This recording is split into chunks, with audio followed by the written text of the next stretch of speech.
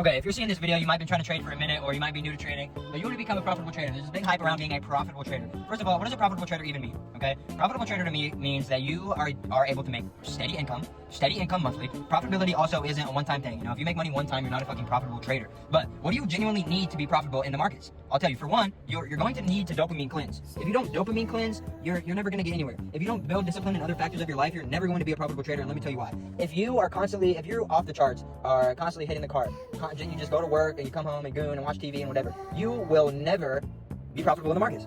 If you have bad habits, if you constantly stay stuck in a cycle of constantly repeating your bad habits, you are never going to be profitable. Day trading is a psychology game, it's an emotions game, and genuinely you will never see any success with trading if you aren't disciplined in other areas of your life, okay? If you wake up to the markets at 9, if you wake up right at fucking 9:30, you struggle to get out of bed, and you feel like shit trading. For one, if you feel like shit, don't trade. If you're emotional, don't trade. If you have shit going on in your personal life, you should not trade at all whatsoever. You should be focused on taking one trade a day. You should be focused on trying not to trade. The more you try not to trade, the more probability that you could have in the future by waiting until the fucking setup or the model, whatever your model is poking out at you, and it is visibly like, okay, I should enter a trade, okay? Unless you have that, why the fuck are you taking a trade? It needs to be treated like a real-time job, okay? And if you're not treating it like a real-time job, how do you expect to get anywhere? You're not gonna fucking get anywhere.